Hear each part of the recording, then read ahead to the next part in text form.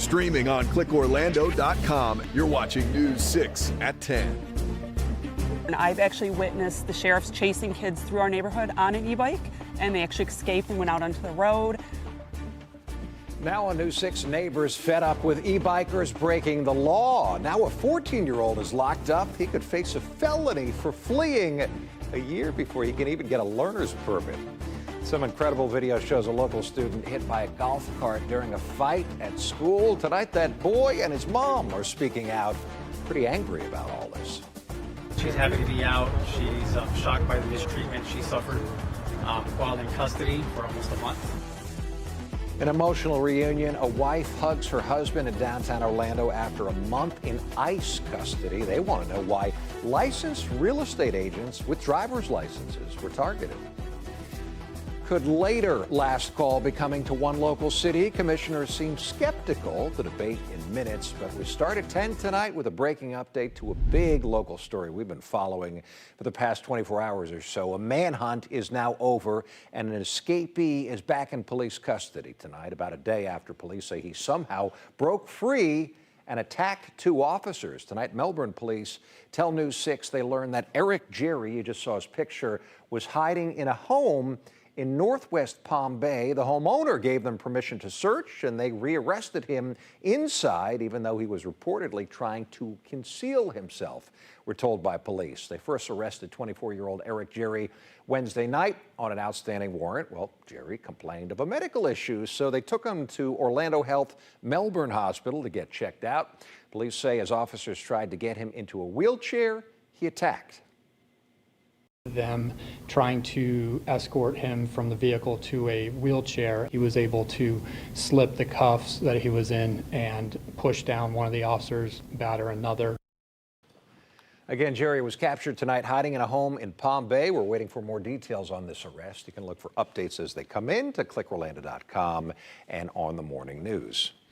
Also developing in Brevard County, human remains found in a field by detectives acting on a tip during a missing persons case. Palm Bay police say a sheriff's office cadaver dog alerted on the remains in a wooded area on Santo Domingo Avenue. It's not clear whose remains these are. Police are also not yet saying who the missing person is that they were looking for. We do know, however, the search led to an unrelated arrest yesterday a couple miles away.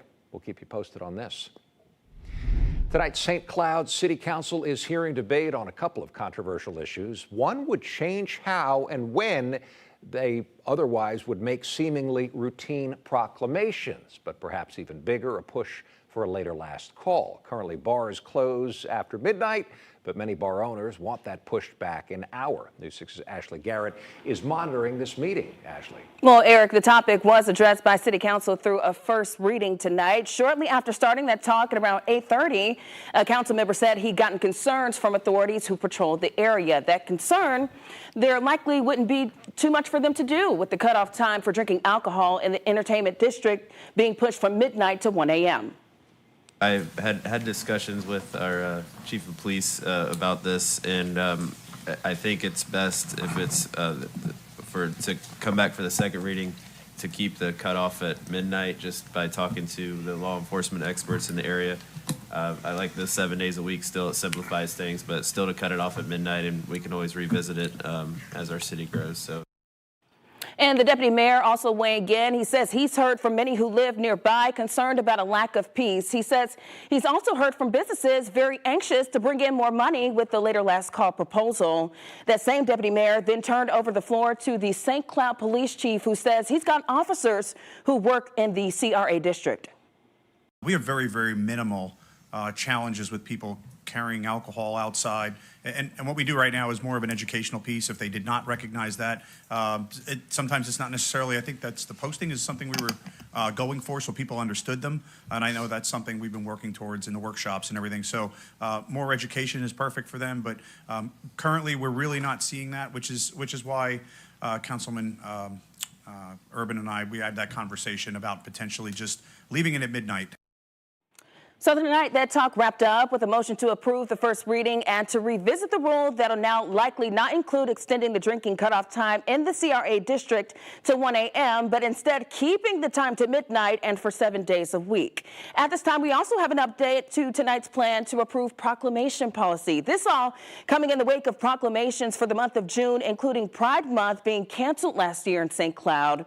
Well, tonight we've learned a motion to approve proclamation policy passed with a 4-1 vote. Eric. Ashley, thank you. A lot of updates there. New at 10 tonight, teens racing e-bikes through an Orange County neighborhood. Now deputies say a 14-year-old got himself arrested after he tried to flee from officers on his e-bike. Neighbors in this area tell us this isn't even the first time they've seen teens fleeing from law enforcement. Your News 6 Orange County community correspondent is at the intersection of Porter Road and Black Quill Drive in the Horizon West area. That's where deputies say this arrest went down. People who live here near Porter Road say there is an ongoing issue with teens racing by on their e-bikes. They even say they listened on to the sheriff's office helicopters above on Wednesday evening after the sheriff's office arrested a 14-year-old after they say he tried to flee on his e-bike. Yesterday, there was the overhead, the helicopters chasing the e-bikes.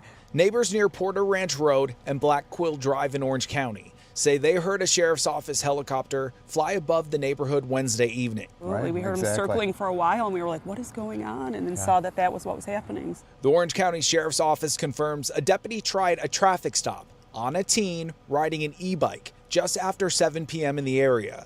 However, instead of stopping, they say the teen then fled. Either they're trying to hide something, they're going way too fast, or they think they're going to get in trouble. But yeah, or they don't want their parents to know. Right? Deputies eventually arrested a 14-year-old boy, taking him to the Juvenile Assessment Center. And I've actually witnessed the sheriffs chasing kids through our neighborhood on an e-bike, and they actually escaped and went out onto the road. Jim and Carrie Mullins say not only have they almost been hit by teens on e-bikes while walking through the neighborhood, but they've also seen teens flee from deputies before. I was actually leaving the neighborhood, and I saw the two kids on an e-bike flying in, the sheriff behind them, and they cut through the neighborhood before the sheriff could get to them.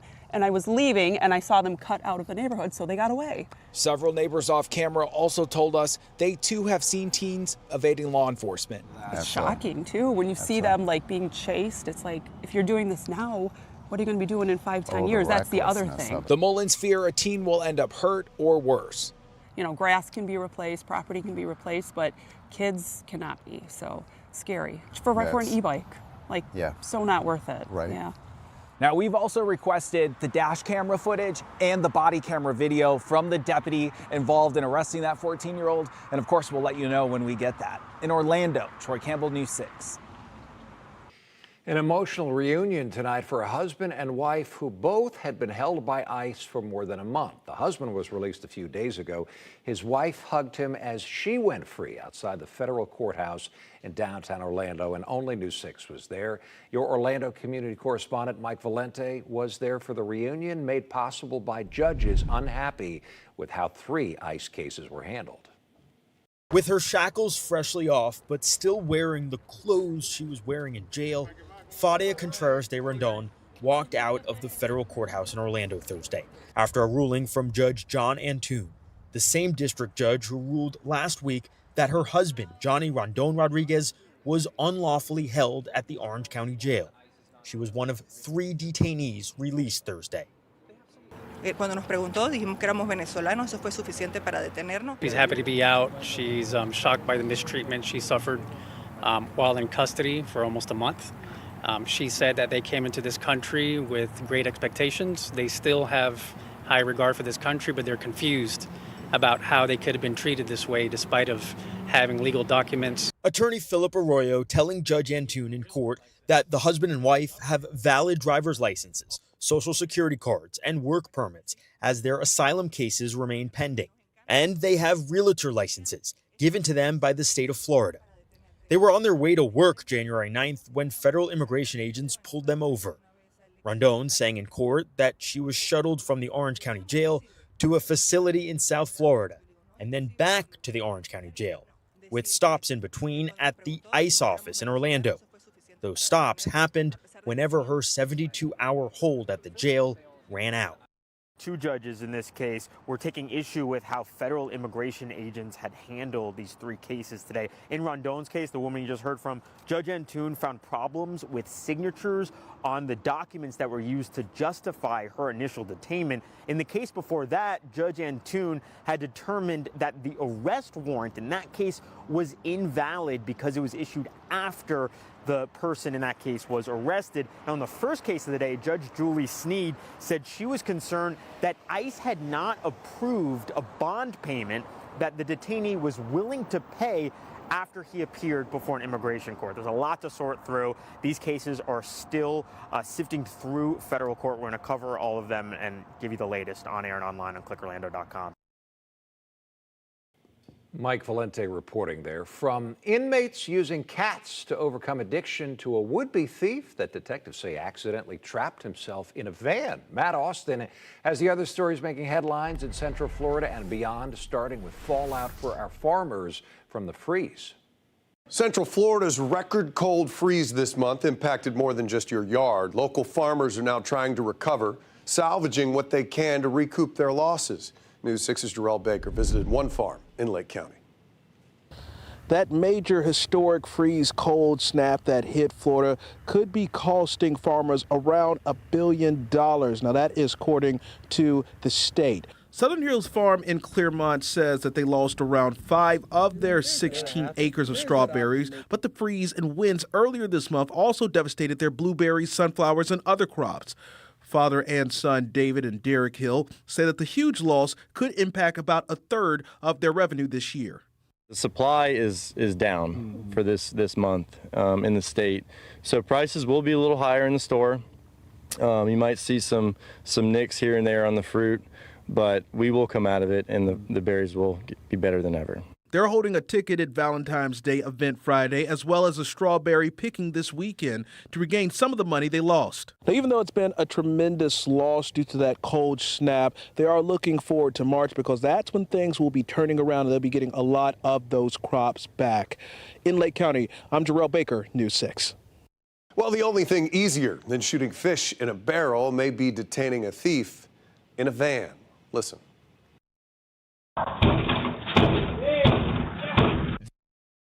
That doorbell camera in Hialeah captured the moments a would-be thief pulled up to a home while landscapers were working. A guy's seen sneaking into the back of the landscaper's van, but the door closes behind him, locking him inside. The landscaper kept him captive long enough for help to arrive. That help was the cops. The Hialeah Police Department was really happy because this is incredible. This is the best arrest that's been ever made, they told me. So the easiest too. Yeah, the easiest too. So they were like really happy. The easiest arrest for sure. Police have not released the identity of the thief or if he has been charged. Flagler County is helping inmates recover from addiction with the help of cats. This is a great story. Flagler County Jail working with the Humane Society, bringing in felines to foster, helping inmates work on some core skills. Learning how to take care of these homeless kittens also helps the inmates work on empathy, structure, and consistency. One inmate who wanted to remain anonymous said it's really made a big difference. You know, you're up at 6 a.m., you're cleaning the cat's, litter box every single, almost every 2 hours we do the litter box. So we have like regimens of like how we handle taking care of the cats. And, also some of them come in sick. So we're also rehabilitating them as well as ourselves. Sheriff's Office says the program actually came from a suggestion from an inmate. Once they are ready, all those kittens will be available for adoption through the Flagler County Humane Society. For a daily conversational look at breaking news and stories shaping up around Central Florida, join us for News 6 at 3 o'clock. I hope to see you every weekday. We'll see you then. A big story tonight. It no longer just feels like we haven't had rain in forever. Most of the area is in a drought now. Jonathan. Yeah, expanding today, all that red on the screen means that that's an extreme drought category. That's the latest drought monitor from the United States Department of Agriculture. There is some rain in the forecast. We're going to pinpoint the timeline for part of your weekend at about 10:19. Weather could also get in the way of another developing story right now, a countdown at the Cape, why Crew 12 may not get off the ground overnight due to something happening closer to Europe. And speaking of space, sparks flew during this morning's Vulcan launch, not in a good way. What ULA is saying about the mishap and what still went right on the flight. But first, dramatic video shows a local student hit by a golf cart driven by a security guard. We're hearing from that student and his mom. You're watching News 6 at 10, live on a Thursday night, covering Leesburg, Melbourne Beach, and all of Central Florida. This portion of the news is sponsored by Central Florida Honda Dealers.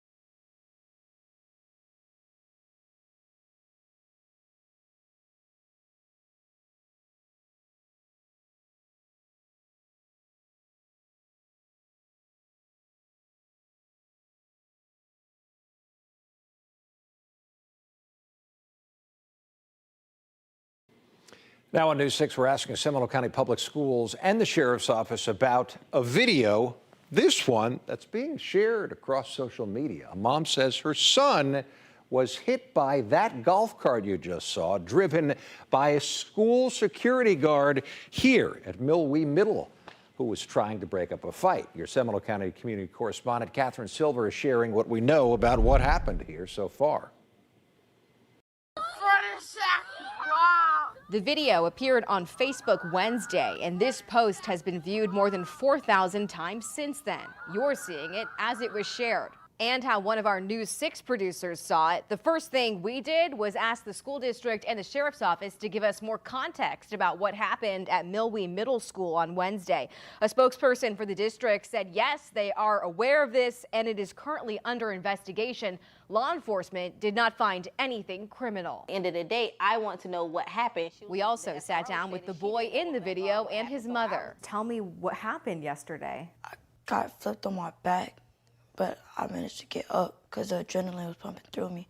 But after like 10 minutes or so, my legs started hurting very bad and it was hard to walk. Mom, from your perspective, when did you find out about this? I found out when he called me. He was crying. He was all over the place. When you saw the video, what was your reaction? Oh, I was upset. You see both kids going in a direction that you're speeding to. You didn't even stop on brakes. You didn't even try to prevent hitting him. So no, I don't feel like none of it was accidental at all.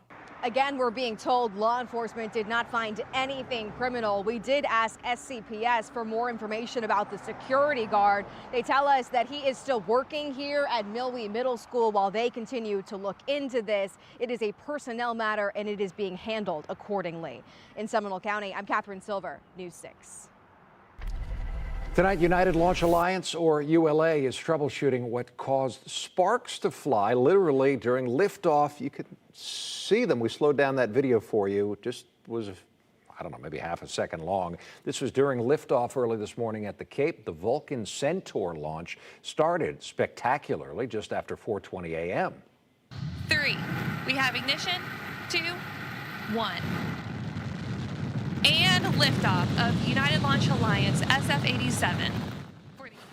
Well, then ULA crews noticed an issue with one of the 4 solid rocket booster motors that caused the sparks, but it is important to note the Vulcan stayed on course and delivered its Space Force payload to the proper orbit. This was the 4th flight only of Vulcan, and a similar set of sparks happened on the 2nd flight. A recovery team will now collect debris from today's rocket, review all launch data, and work with contractors to find a fix, they tell us. The next SpaceX launch from the Cape could be now just about 7 hours away. The payload on this one, people. The Crew Dragon capsule aims to send up the Crew 12 astronauts. They're going to stay about 8 months on the ISS, replacing Crew 11, which, remember, we told you landed early due to medical issues. If all goes as planned, the 2 Americans and a European and a Russian cosmonaut will lift off at 5:15 early tomorrow. But this launch has already been delayed twice because of weather concerns along the flight path, especially surf in the ocean in case Dragon has to make an emergency splashdown from here all the way to Europe. Meteorologist Jonathan Kagis is tracking no issues, at least from the launch pad at the Kennedy Space Center. That's not the problem, Jonathan. No, and as you mentioned before, that has not been the problem as they've been trying to get off the ground. Launches, 85% is designated by the 45th Weather Squadron.